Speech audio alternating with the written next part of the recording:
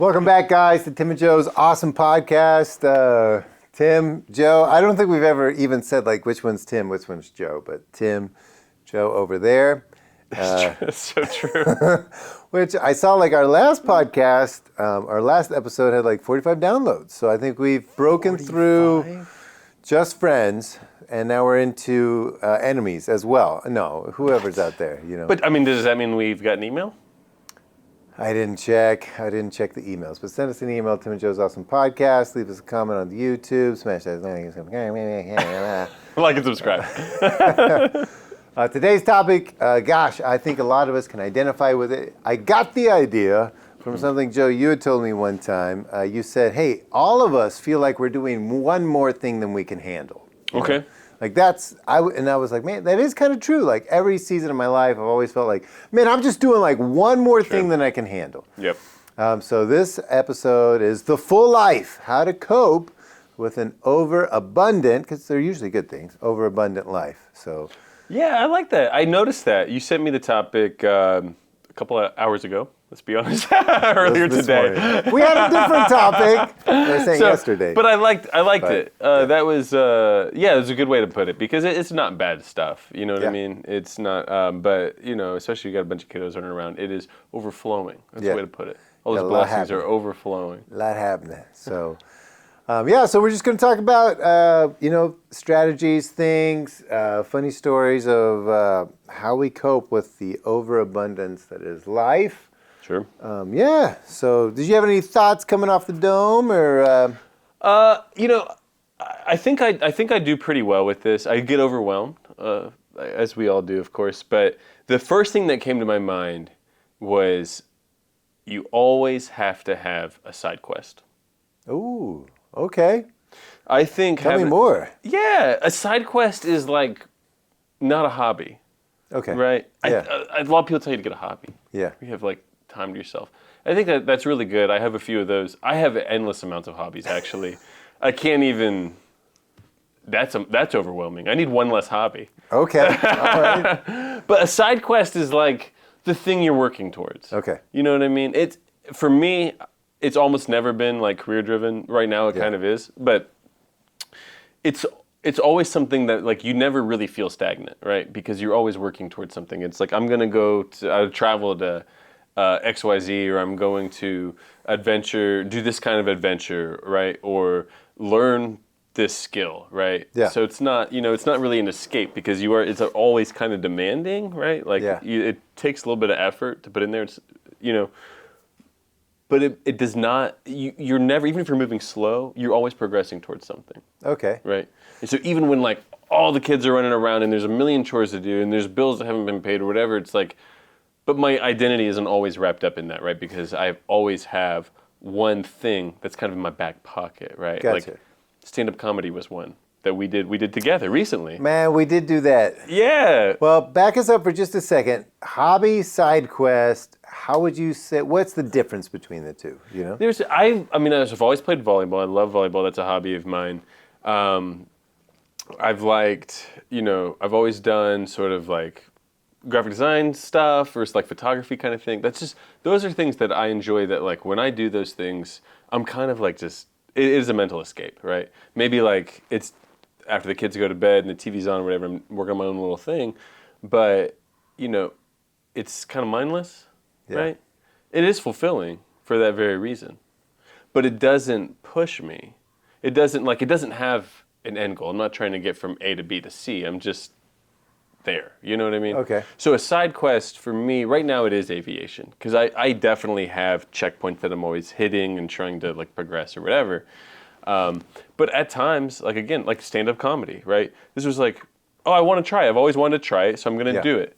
So maybe it's 15 minutes a day, maybe it's an hour a week. I'm going to be able to, invest in that. Have a tight five. Yeah. Exactly. Yeah. And then it culminates towards doing stand-up comedy, right? Man, we did have a beautiful time at the pub. You rocked it. You were our DJ. Yeah, well, MC. Yeah. MC, That was the old MC. Yeah. That was just the perfect fit for me because, you come out with a little bit of shtick, and if it's awful, it makes all the other comics look good. And if it's good, it gets the room warmed up, you know, so it was a win-win situation. But You got that room warmed up because you were the only one, you were comfortable.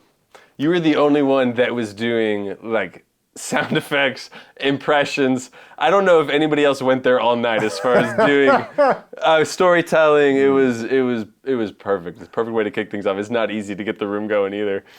well, and Steve Holliger was amazing. There was a lot of amazing. I think Judah Miller was my favorite.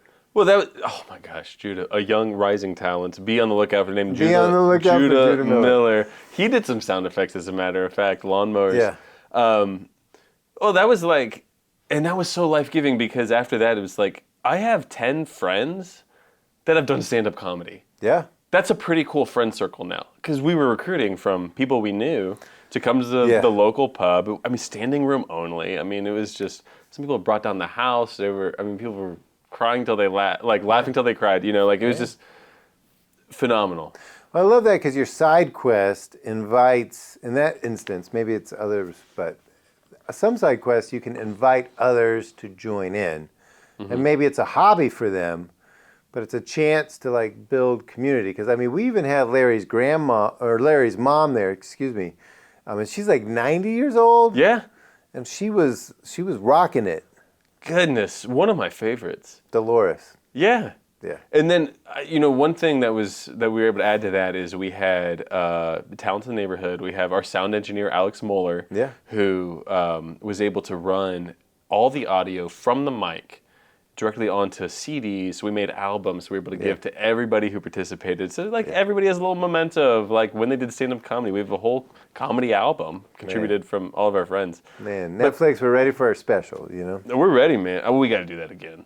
Yeah, we do. We do. That was a blast. But that's a side quest. Okay, so side quest, something that's maybe it puts a little more into your heart. Maybe it resonates a little more with your personality. Are these kind of the things you're saying? They're a bit more of a stretch, a little more long-term. I think so. I've always had a side quest. It comes naturally for me. I have to filter out my side quests because they can stack up. But for anybody who's ever heard get a hobby, like, sometimes hobbies take a lot of time. Like if I have to, carve out a couple hours every week for yoga, you know what I mean? I mean, hopefully that's fulfilling. Hopefully it fuels you up. Yeah. But it also could be kind of stressful. It's like, I literally can't commit to that right now. Gotcha. But you don't have to commit much towards a side quest because if it doesn't have a date on the end of it, it's only something that makes you feel like I'm not stagnant. Because isn't that the worst feeling, right? Yeah. When you just feel like, it's the mundane, the same thing over and over and over. I'm telling you, it really does help you feel like, you'll never feel like I'm not going anywhere, right? Uh-huh. There's some sort of compass that you're aimed towards that is always fun. Man, I love it. Side quests are the best. I love it. All right. My first word is, a friend of mine gave me this one, paint the dragon red. Ooh, okay. Paint the dragon red, which means I'm intrigued. You get into the dragon's lair of a challenge, and he's sleeping there.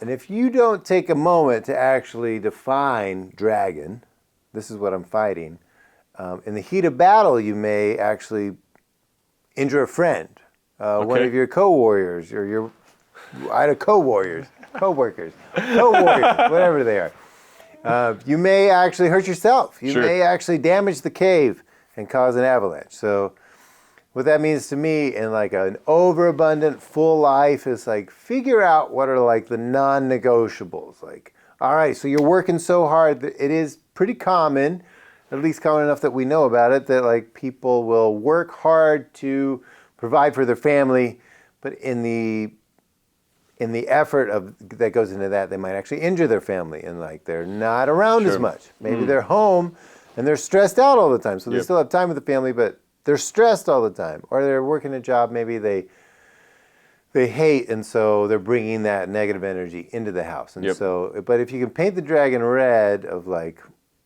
differentiating, like what is the non-negotiable? This is the good stuff. This is my buddy who I'm fighting for. This is my wife who I'm fighting for. Then when the pressure gets, because listen, that's what happens, right? Overabundant life. Pressure, you know what I'm saying? You can't be everywhere at once. Right. You're frustrated because nobody else is doing the thing. I'm the only one that does this. I'm the only one that takes the garbage and the recycling out of the house. I live with a bunch of hoarders. No, I don't really, but there's some evidence.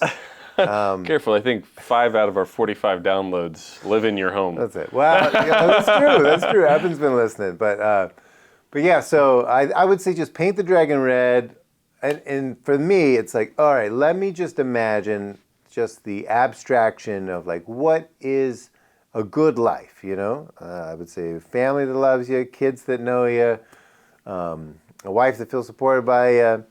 Hopefully a job that is interesting to you, because then on the bad days at my job where I'm like, oh, that was soul sucking, I'm like, wait a minute, that's not the dragon. It's actually a pretty cool, interesting job making local commercials. Yep. This isn't the dragon. The dragon is like your malaise. The dragon is your boredom. And then it's like, oh, well, I'm not getting rid of the job. I'm just going to add, in the downtime, I'm going to add something interesting. Or what we also do, and I've said this in a previous episode, is like if it's a really boring client, I don't hate that because that's not the dragon. The dragon is just the boredom. So then I'll throw in a piece of gear we never use, like a probe lens or a tilt shift lens. Yes. And I'll be like, I am going to use this unusual piece of equipment. Or black flags. White flags reflect light. Everybody uses those, but maybe a black flag to add some shadow to it or something like that. So then I'm like, oh, because if we're not careful in the heat of the battle or in the grumpy, maybe you had a whole month of grump, it's easy to start thinking like, well, you're the problem, or you're the problem, So paint the dragon red. That's good.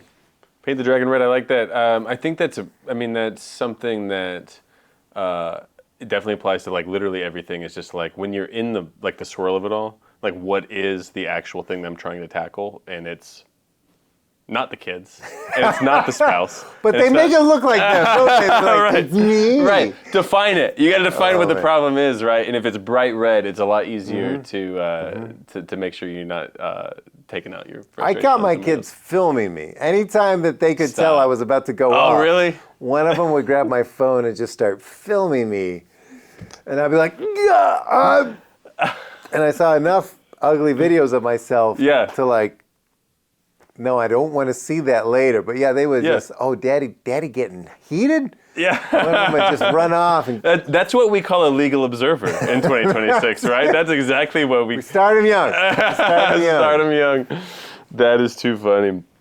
Oh my gosh. Well, in the like vein of like identifying like what the problem is, I was, especially at work before I retired, right? I mean, prioritization is everything, right? Prioritization is literally what we're talking about today, right? Yeah. And so, do you have any tools to like prioritize? I do. What do you use? I modified something, but basically, a friend of mine showed me you make quadrants 1, 2, 3, 4. One is stuff that has to get done within the day. Yeah, an Eisenhower matrix. Oh, there you go. Yeah. So Eisenhower, for listeners who don't know, 1 is everything that has to get done today, and it's super important. Yep. I think 2 is stuff that doesn't have to get done today, but it is super important. It's got to get done sometime. 3 is stuff that needs to get done today, but it's not important. Like, oh, if I'm going to go get the case of beer for the podcast, that's important. But we can do a podcast without a case of beer. Right. And then 4th, which is the secret sauce. Yeah. I love quadrant 4. Oh, put everything quadrant 4. Lose 4 it. is the best. It doesn't have to happen today. Yes. And it doesn't even have to happen. But the cherry on top is anytime I'm in quadrant 4, it means I've taken care of 1, 2, and 3. And then 4 is the stuff that is really soul, life nourishing, giving. That's it's like good. the cool stuff. That's good. That's good. Yeah. So I have definitely done the decision matrix on everyday tasks. One that has really stuck with me for a matrix is the impact effort matrix. Very similar. Okay. But they're not going to change every single day, right? So it's sort of like a roadmap a little bit. It really helps, like every once in a while, just doing this exercise of like what's important, what can I lose, what's needed to invest more time in. And so similar, like XY axis, top right, quadrant 1, right? Imagine like, so the X axis is like the effort you have to put in. Oh, okay. Right, so over here on the left, low effort, moving to the right, high effort. Okay. All right, and then on the y-axis is like the impact. Ooh. So what are those things, that effort Yeah. I'm putting, like what impact is that going to have, right? So if you are really high effort and really high impact, you're going to end up in that top right quadrant 1. Yeah. And so these are like the strategic investments. Not everything can be high impact, high effort, right? Sure. We're only, we can only do so much. But for me right now, it's like, okay, so that's like, that's aviation, right? Like maybe that's the only thing in there. Aviation and like maintaining and life giving to like the most important relationships around me, right? Like Sure. my kids, like my spouse, right? Yeah. Like that's quadrant 1 stuff, And then you look at like, okay, so what is it like? Low effort, high impact. So that'd be like quadrant 2, top left of the axis. So those are the easy wins, right? Low effort, high impact. That's like that's like scheduling date nights, right? Like that's life giving. It's something to look forward to. It's not like soul sucking or draining, and it actually fills you up, right? Yeah, I love that. Right, and like doing podcasts with your friend. Again, you sent me the message this morning about what the topic was. Let's be honest, effort. I didn't get to. We're naturals. Yeah, we're naturals because I didn't to focus on that till the kids went to bed, right? And then that's the definition of low effort, high impact because it is something that I look forward to. Yeah, I have a lot of fun doing Yeah. this. And then you also discover like what are the things that are really high effort, low impact. See, your quadrant 4 sucks. And now. Quadrant 4, it does. But I love putting things in quadrant 4 too. Because I'm just like, okay, these are the time wasters. Oh, I got This you. this is not worth the time. Why am I doing this, right?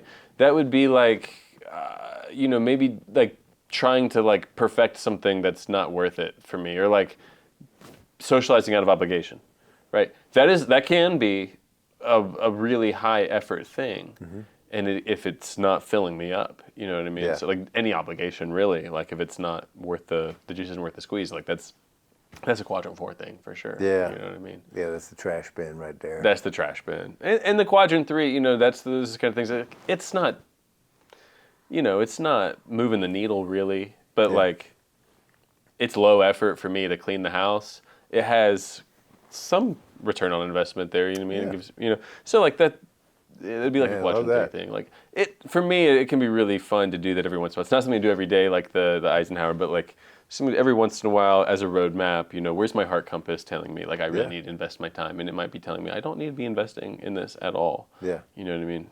So. Man, Yeah. I love that. I love that. So that's Eisenhower.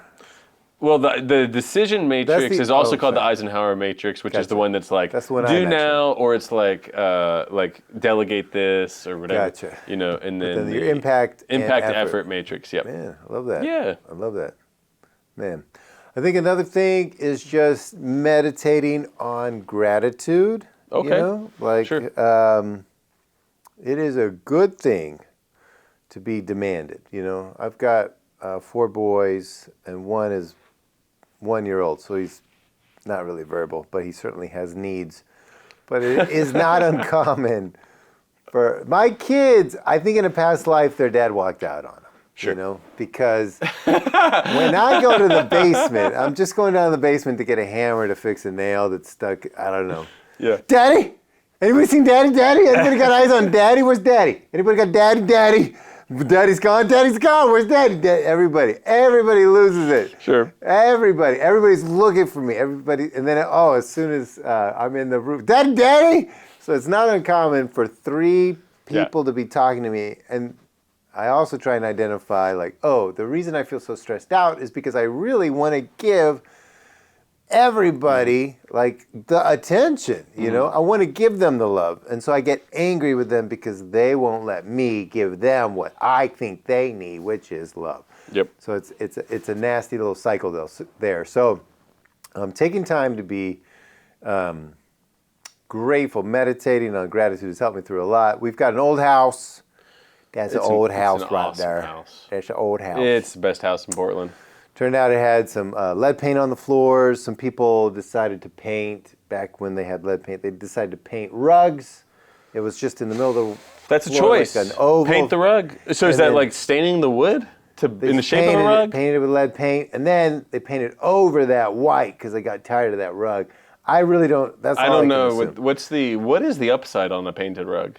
Well, historically speaking, back in like the 200 years ago, people really didn't have rugs. You know, we didn't have the infrastructure. You couldn't go to Kmart, and so Well, did they painted paint a rugs. couch too? I mean, they paint a lazy boy. I mean, there's a lot that they didn't have that you could paint. Well, they paint a Wi-Fi router. You know, with yeah, I think they did actually. I think no, but painted rugs were a thing in the post-colonial era of America, but not in the 50s and 70s of America. So I don't know what they were doing painting these rugs and then painting over them white, something like that. Anyways, or maybe they thought, who knows?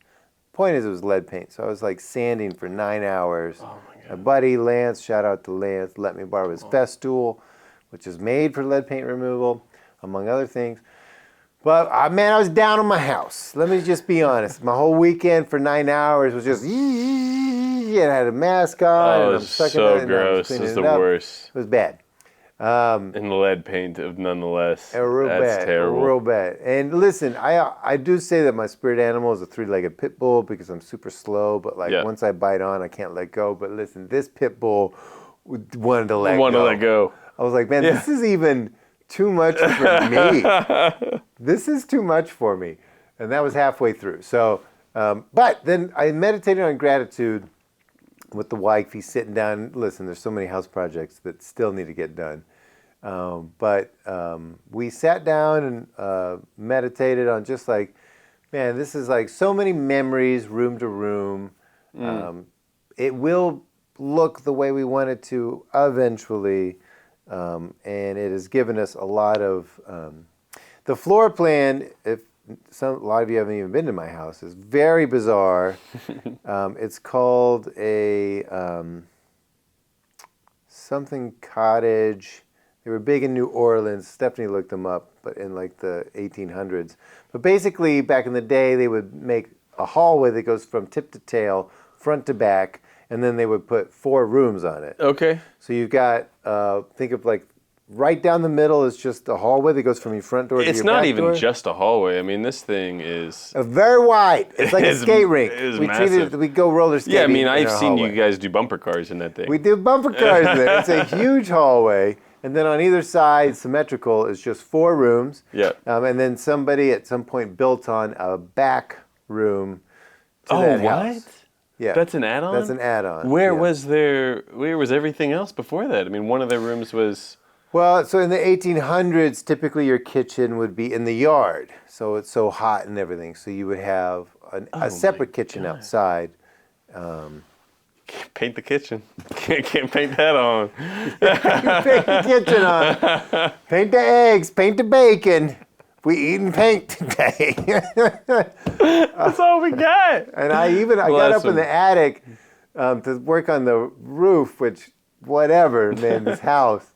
And it still has the old wooden shingles from back in the day. That's cool. Old wooden shingles. It's leaky. Wooden That's shingles, cool. but that's underneath. So they also built on. Mold and lead. You didn't tell me. Man, there's a lot. We love it though. But anyways, gratitude. I digress. The nice thing about the floor plan is that my family, we're always in each other's space. Yeah. Which is also a downside. But a good side is like, since you got a hallway through the middle, you got 4 rooms on either side. They're connected by giant doors, and then you have a big common room in the back. There's no tunnel, is what I'm saying. You don't go back into the cave. The cave is just one room that's been split up in 1,000 different ways. Yep. And so we enjoy that because, everybody's just always around. You know what I'm saying? Yeah. So. Oh my gosh, that's good. That don't email us and tell us they had couches 200 years ago. I feel like they probably. Or email us. Yeah. Actually, we'll be delighted. Tell us. Tell us about those couches, what they made. That's good. I like that. Gratitude's always. Gratitude. I mean, that's great. None of us do that enough. We could always do that a little bit more. And gosh, that really does just help the mental health for sure. Yeah.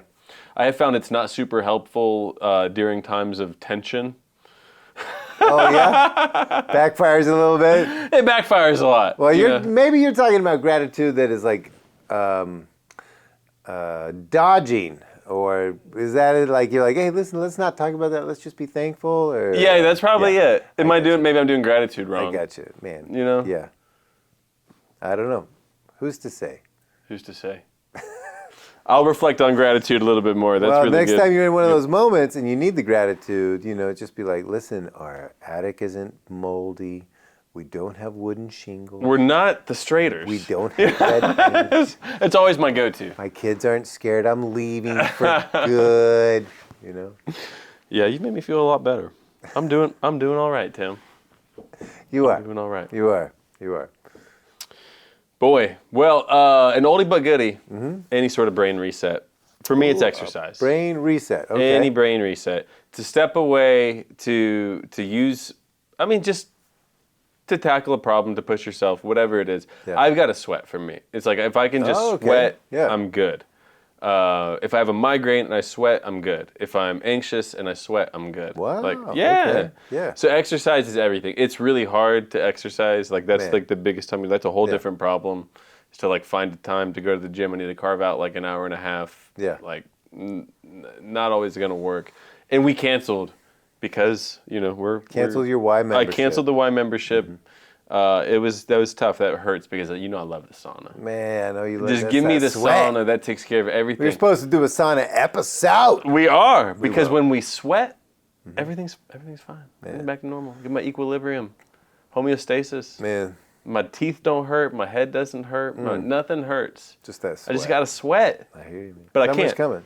So one thing I did at work before I retired was I just took the stairs. Yeah. I always took the stairs. I was on the 5th floor, an old building where the 5th floor was like a true 5th floor. Like it wasn't like these were kind of L&N building, right? So like the first floor of that building is like 20-foot ceilings, right? Wow, and like you know what I mean? It's a good going to the 5th floor is a lot of stairs. Okay. The stairs are high, but they're beautiful stairwell. Marble is inlaid with stone. You miss that stairwell. I think about it all the time. I love that stairwell because I worked in that building for over 3 years, and I never once took an elevator. Bro, not once? Not one time did I take an elevator.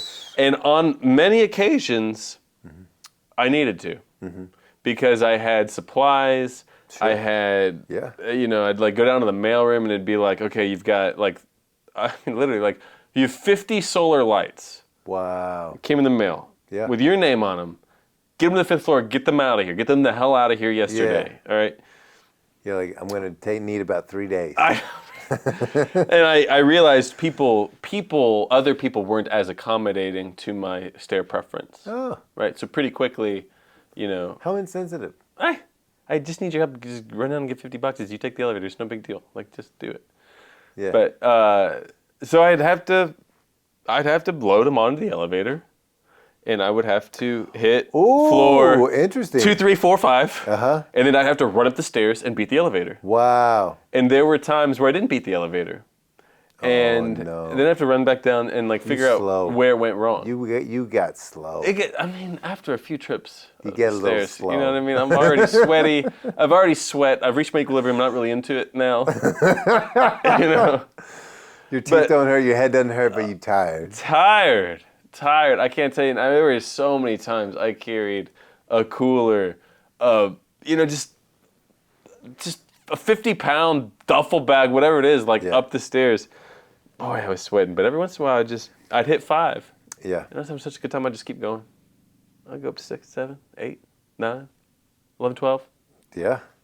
14. Just keep going. And every single time you get up to that roof, just give that handle a jiggle. Ooh, ever open? Never opened once.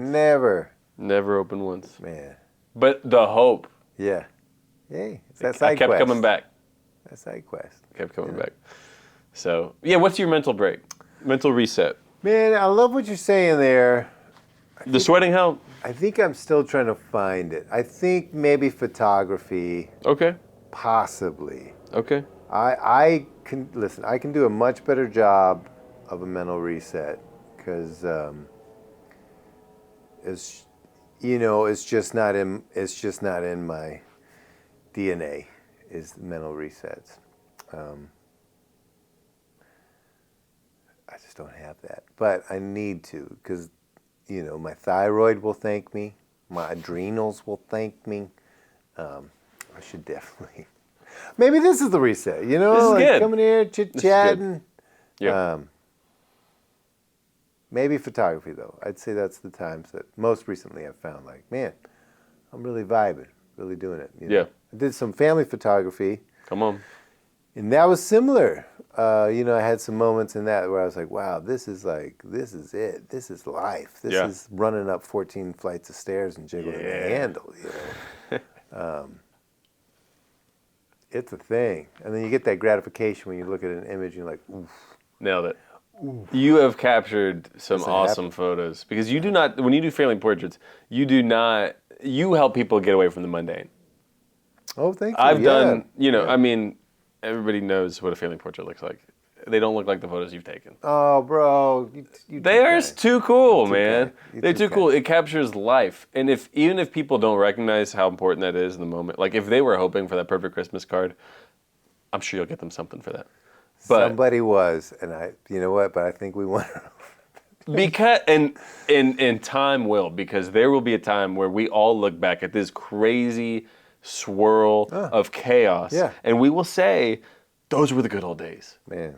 And you're capturing that in a photograph where people will be like, yeah. Come on, try it. What was 2025 like? What was 2026 like? It was like that. Yeah. You know? Man, I like that. Doing it, man. Man, I like that. Who'd you just do? What family photos did you just do? I'm just gearing up, actually. I'm going to start goofing around again. I'm supposed to do this is it. So I'm supposed to do my friend Jackie and Nathan Mars's photos. Come on. And Sounds I have promising. a great shot in my mind. Who's Jackie and Nathan? So Jackie they're friends, but you'll know her from, she is the librarian at Portland Elementary. And then Nathan was a chaplain for I think assisted living nursing home. Tell me, Tim, are they just great friends that want to get photos done together? Well, they have a family. Oh. So it will be family photos. Oh, they're each doing their separate clients? No, they're all together. I'm trying to tell you who they are. I'm sorry, where did I lose you? There's a family, the Marses. They want family photos. We're trying to schedule it in the next little bit. Jackie and Nathan are a family? Jackie and Nathan, they're the family. They are a family. Okay. They got 2 kiddos. Okay. It's all adding up. Checks out. And Abby went to school with her son. Anyways, I absolutely have to have this photo when we do family photos in my mind's eye. Paint a picture. Imagine like a teenage boy and a preteen boy, and it's in their parents' bedroom, and they're just like, they got their hand on their forehead, they're just like looking like, And on the bed, kind of in the background, are Jackie and Nathan just jumping on the bed, just like crazy, jumping on the bed. Yes, please. I have to have that photo, black and white. Yes, it's in my mind. I'm picturing feathers from pillows. Yes, maybe a strewn pillow about. fight. Come on. And then maybe get a whole pillow fight with everybody. You know what I'm saying? Yeah. Because they are a fun family. They're almost more kid-like than their kids. You know what I'm saying? That's terrific. Those sound, Jackie and Nathan, I love them already just from your description. It reminds me of opening episode of The Modern Family. Great show. You've seen it, right? What was it? Modern Family. It's been a long time. I want to say it was the first episode. Maybe it's the pilot, but maybe it was like the second or third. But the whole thing is they're all stressed out about getting the perfect family photos, and they're all got their white Oxford button-up shirts or whatever. Okay. They're all matching or whatever, and they end up in a complete mud fight that was the crux and worst possible thing that could happen, and was stressful. And until they all embraced it, it was just that's the photo. This is what Modern Family looks like, and they're all covered in mud and fighting each other and whatever. I love that. Man, you're making the world go round, Tim. Man. Capture it. Try. So I'd say that's my reset. Well, I think another value is realizing that everybody feels like they're doing one more thing than they can handle. Oh, yeah. So it's easy to turn inward, right? Like in that moment, if you're like, I'm exhausted. Like nobody gets it. Nobody understands. Yep. But then taking that, because that's dangerous, and taking it and looking outward like, if I feel this way, Joe must feel this way. Or if I feel this way, that person at work must feel this way. So a couple things. One is our buddy Jared often says disappointment is actually somebody's missed appointment. Like somebody was supposed to come and give you good word. Yeah. Somebody's supposed to come and be like, hey, connect the dots here because I think that we really do need each other to say, hey, Yeah, that's good. I got a solution for that thing, or I Yeah. got an opportunity. And if we're so busy thinking like, I'm so exhausted, I'm just in my world, we don't realize like we're actually like the secret sauce to that person's mess. And Yeah. that person's the secret sauce to somebody else's mess. So if we could take a moment to be like, oh, you know what, I'm feeling this way, but wait a minute. So is everybody else. I think that then we can actually like, okay, well then push that aside and be like, well, how am I going to help this person over here? And then I think the other thing about that is that like, I remember there was a season in my life where I was a young man. I might have been dating Stephanie at the time, but pre-marriage. And I was working at a coffee shop, and man, I just felt like nobody ever said I did a good job. You know what I'm saying? It's coffee. Listen, but it was like back when the coffee shop was like one shop, and then they got to two shops, and like we all were like putting our blood, sweat, and tears into the shop. Mm-hmm. We weren't making a lot of money. Mm-hmm. We had no vacation. We had no health insurance. All we had was like, we're working freaking hard for this place, right? Yeah. And that, in fact, is why we now get free drip coffee for the rest of our life. Is that we took them? It was like pre-union. They went union What? now. You get free? I get free drip coffee. Yeah. Oh, so, you go in and just. I got to go in and say, hey, I used to work here, and then they give me free drip coffee. No way. Because we went to a meeting and we were all grumpy, and we were like, if we don't get health insurance, vacation time, dental, if we don't get this, we're all walking out of here. No union. We were just going to do it, you know. And they were like, the two owners were like,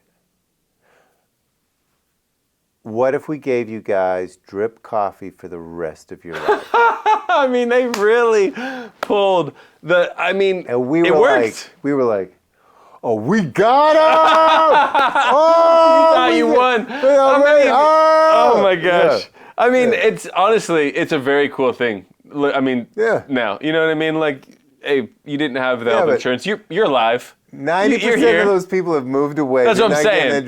Yeah, they came out on top. Don't get me wrong. They came out on top, right? But now I'm coming out on top every time I get my coffee. Yeah, when's that time you went and got a coffee? Man, I do it a lot. I do tip every time. Anyways, back to my story. that was a side quest in itself. That's terrific. I didn't know that. But yeah, and then the union. Anyways, it's a mess. It's like I think you guys should have read the tea leaves back then. It could have saved you a lot of trouble later. Whatever.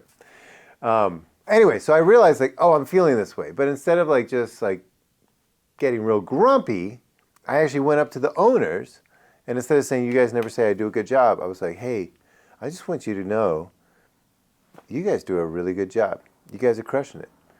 The way you roast the coffee, the counts you're picking up, you know? Oh my gosh, they turned into like little 12-year-old boys. They were just like, well, shucks.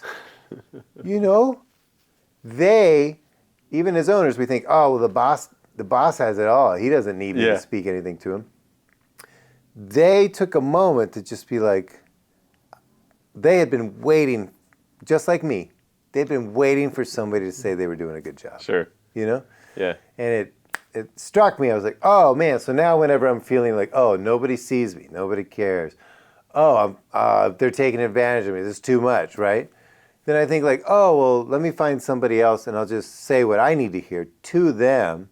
And man, it works like a charm. All of a sudden they're just like, wow. And then I'm feeling better because I'm like, oh, we all feel this way. I thought I was the only one that felt this way.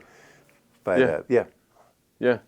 That's pretty good, man. I mean, being like gratitude, like I mean, you just kind of like, you know, helped me find a memory. Like gratitude, you already spoke about it earlier, but like it really does turn your day around. You know? Mm-hmm. I mean, I remember when I was working at this ice cream shop, where it was just we'd be slammed. It'd be, you know, you're not making anything. You know, it's hard, right? And but all the ice cream you can eat, right? Oh no, never. Oh, I should have. I didn't. Y'all should have organized. I should have organized, man.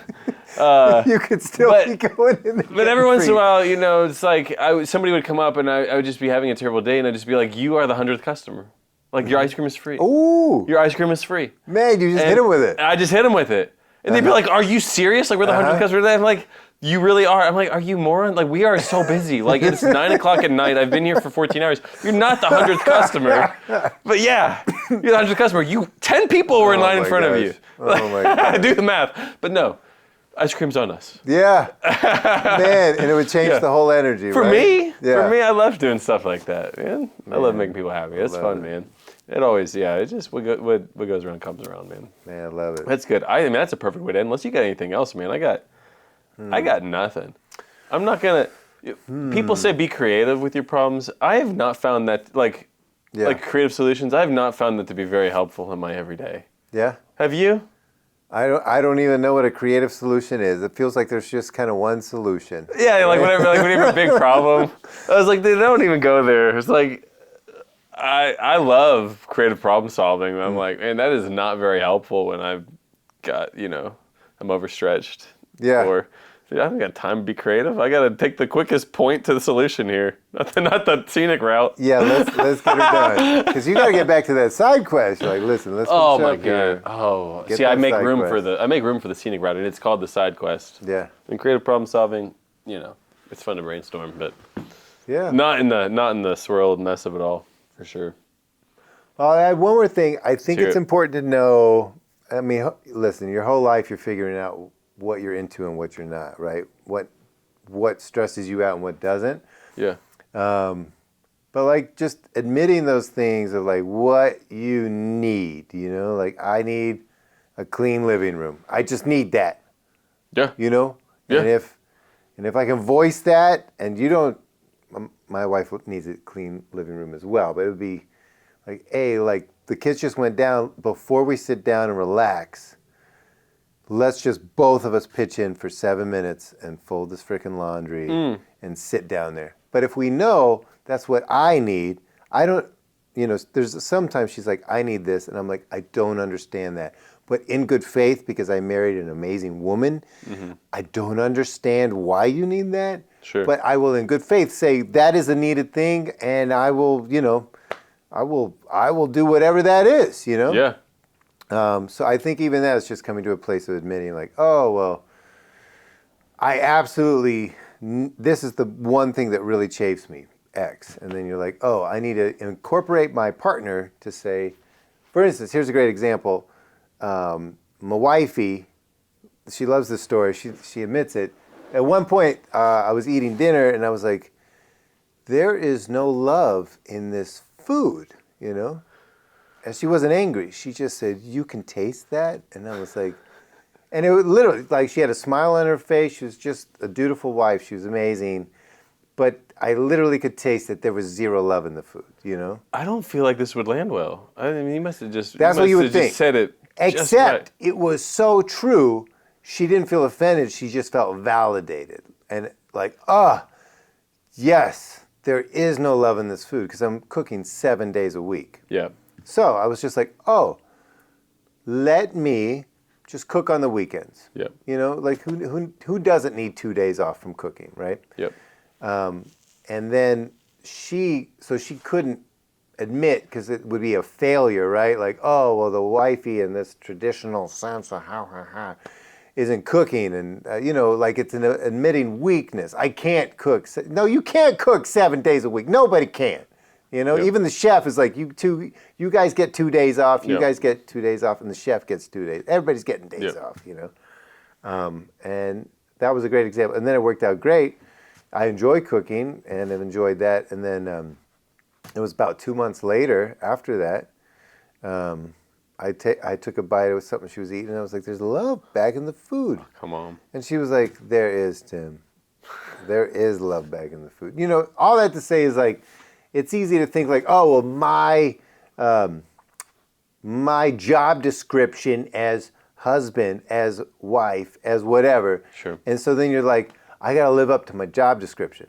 But in reality, you don't. You don't have to, because you're part of a team. So just identifying like, hey, this is what I need. And then oftentimes, even if your partner is like, I can't cook on the weekends. I can't do that. But I could cook on the weekends do you think we could find some way to solve this time suck that's over here? And I think that open. Oh, that's where I'm also going with that. It's just open communication. Yeah. Because we feel in our Western world, maybe it's the whole world, maybe it's East and West, South, North, is just like, I'm not good enough. I got to prove to everybody I'm good enough. Yeah. But the communication of just saying, like, I trust you, save space. I can't keep doing this forever. Yep. For instance, I like to leave socks places. I like to just litter socks. I don't even think about it, but I guess I just think it's a gift to everyone to have my socks in places. Dirty, clean, even clean socks. Somehow I just scatter them, you know? Anyways, that's an important conversation. Because listen, it's easy to think, oh, it's just socks, right? Yeah. It takes a second. Yeah. It takes a second. And it really doesn't take any time at all. But the mental anguish of, I've been married 15 years, of picking up somebody's socks every day for 15 years, even if it's just 10 seconds a day. That ain't right, Tim. That ain't Do right. better. Do better, Tim. That ain't right. So, how many years in did it take for there to be an actual mental break about the socks? The torture that you were inflicting on Stephanie and the family, let's be honest. yeah, I'm in recovery, you know, so it does flare up. Was there a from snap? Time to time. Did she like shove a sock in your mouth? Like, well, no, what happened there? The sock is usually that moment, you know, those little things. They're just the, you know, the finish, the kill shot on a bigger argument, right? So Oh, it's sure. like, oh, she this, had this, that one in this, her this, back this. pocket. She was ready to twist the knife. And what are these? You know, you're like, oh, those are my socks. Whose socks are those? And what are these? And you're like, oh, that's the kill shot. You know. So she saved it to be a kill shot at some point, and then I was like, I will never give her that. But I still scatter them. I do what I can. You know. Well, you're better each day. Keep coming back, Tim. Keep coming back. Yeah. And you keep coming back, right? Keep coming back. Yeah. All right, we'll tune in next week or whenever.